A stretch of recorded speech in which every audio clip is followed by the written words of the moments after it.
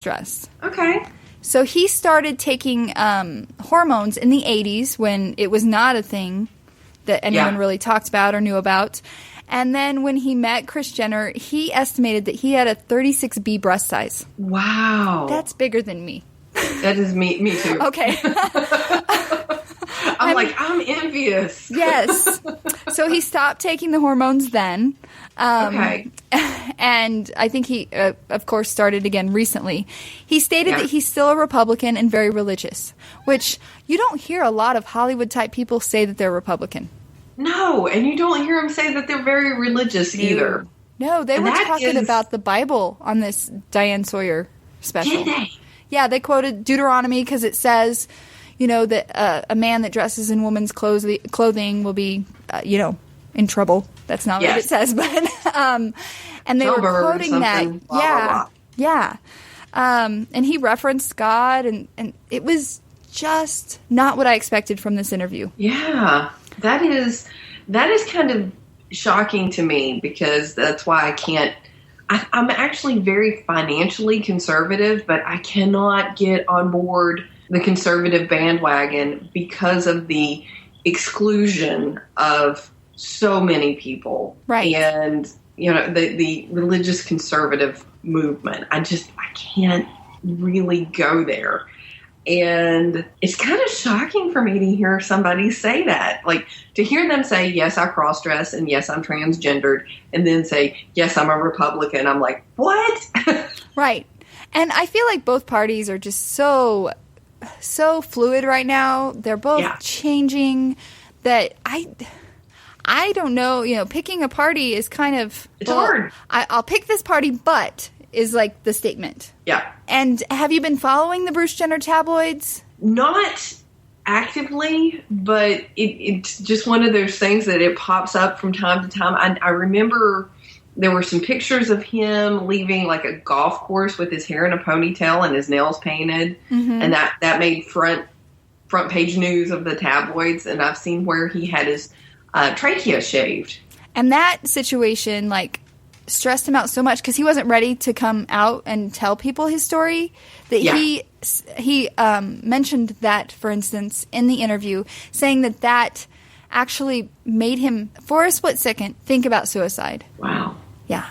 Wow. I feel for him. I do. Too. I can't imagine being under... And you know what? I don't think he signed on for that level of scrutiny when he married Kris Jenner. No. She has made the Kardashian empire just blow up. She is an amazing businesswoman. Yeah. I don't think he signed on, to that kind of scrutiny, because if he weren't a part of keeping up with the Kardashians...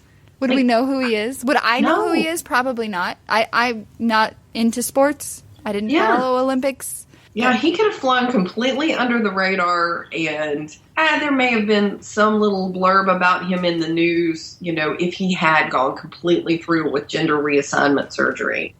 And that would have been it. It would have gone away. It wouldn't have been, this drawn out. So I feel for him.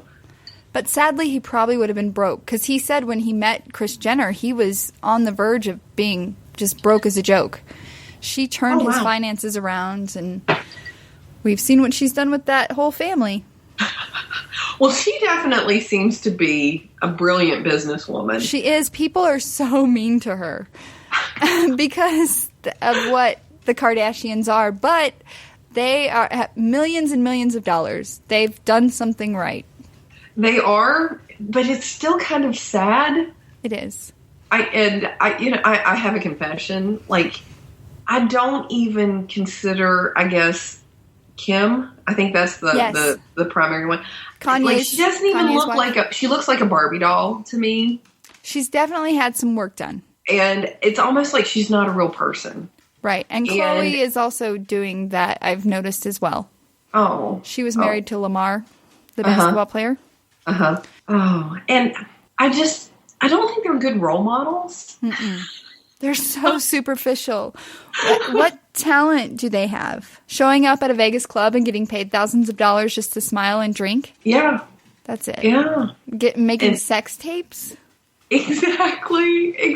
I'm like, oh my God, this is not what we want to have the next generation emulating at all. No, I don't want my nephew, my goddaughter, any of those children that are growing up to look at these people as role models. No, but this is what they...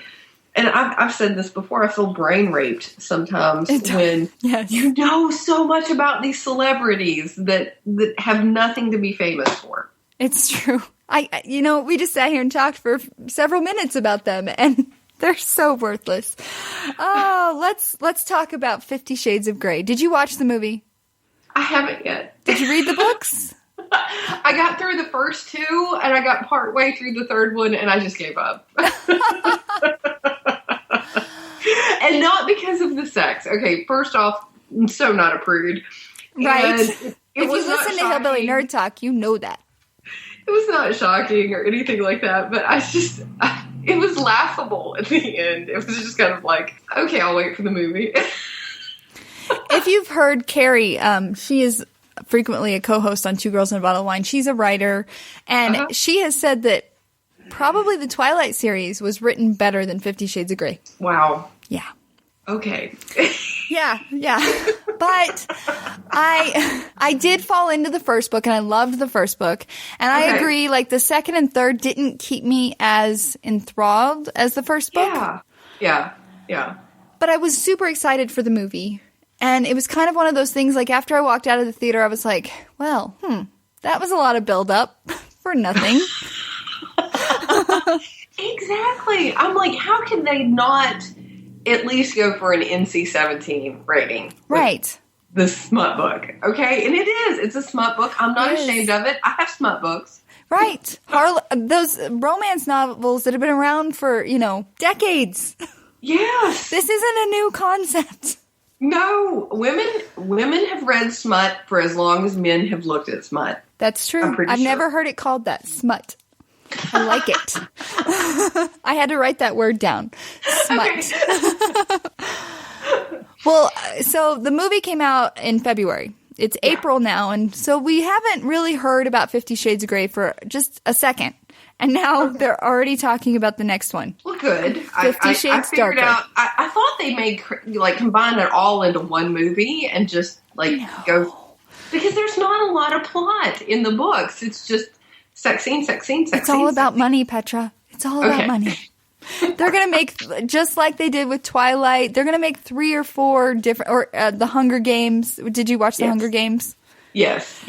Now, I am a huge Hunger Games fan. Me too. I can't really enjoy the books. So I am so excited for that last movie. But they're going to do that. They're going to turn it into 3 or 4 different movies. And the second one is set to come into theaters in 2017. And they're already releasing photos from that movie being filmed.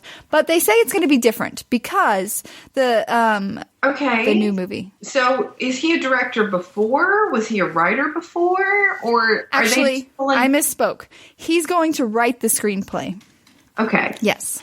Because there was a lot of frustration when it came to E.L. James, the writer, and the person that wrote the screenplay for the last one. Mm-hmm. Yeah. I think he's a writer, so that's where he's going to come in, and they're going to work closely. It's going to be her writing the screenplay, telling him what to say. Probably, and it could either be the best thing ever, or it could be a train wreck.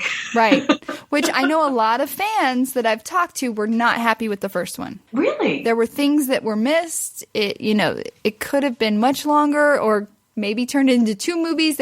They didn't touch on all of the important things, according to the superfans. Okay. Did they love it that much? I have a girlfriend that went and saw it 4 times.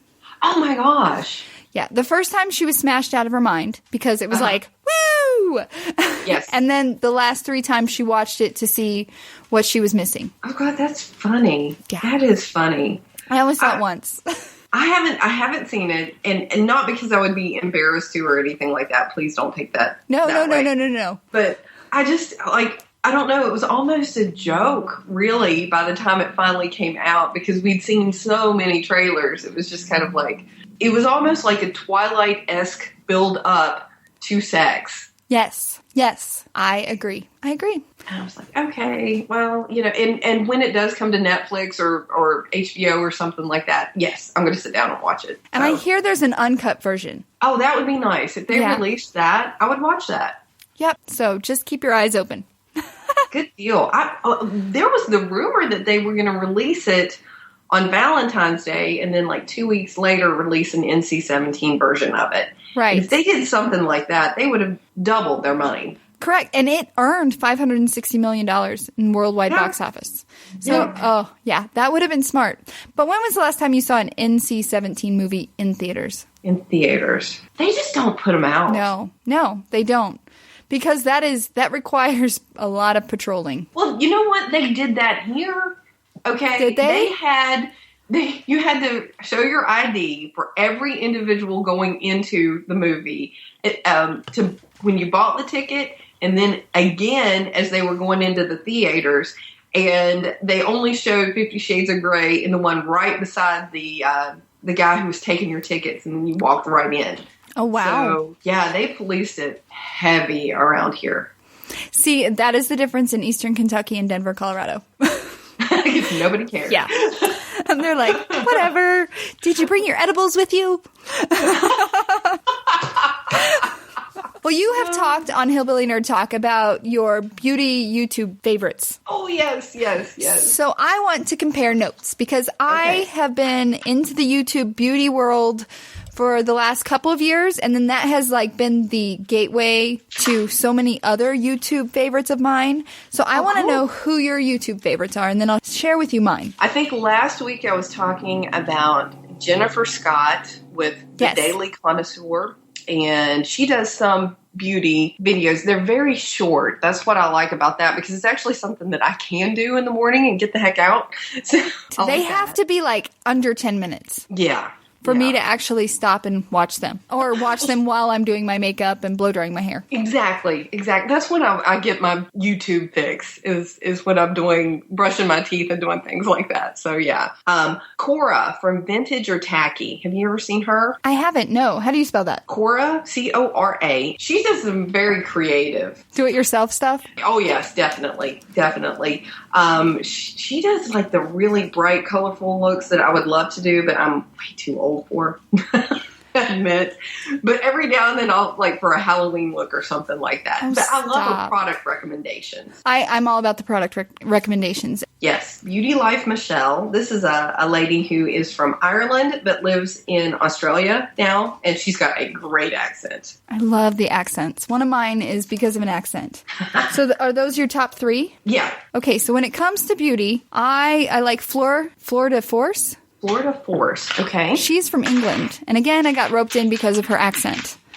And then her and her husband, Mike, have a vlog that they do called Fleur de Vlog. And it's Fleur. So she has her beauty channel, and then she has her vlog channel. All right. And then there's 11th Gorgeous. It's two sisters that have 3 different channels. They have one where they do beauty. They have one where they vlog. And then they have one where they do from cheap to chic, where they do affordable decorating. Ooh. And then they also have on their vlogging channel, they also do videos that aren't beauty related. They'll do taste tests. When the Red Velvet Oreos came out, they did a first impression. That's cool. Are adorable. And then I have Casey Holmes. Mm-hmm. Do you watch her? Yeah. I love her. She's kind of evolved. Have you noticed that in the last few years? Yeah. She was this innocent Southerner for a few years, and then she recently went through a breakup, and I feel like she's way sassier now. Do you see what I'm saying? And that's fun to watch. It is. When some of these, there's some YouTubers I've been watching, I think, for 4 or 5 years now, and I almost feel like a voyeur for watching them. Right. Yes. Yes. But I would never be one to leave a negative comment. I'm not going to be a troll because they put themselves out there 3 to 4 times a week.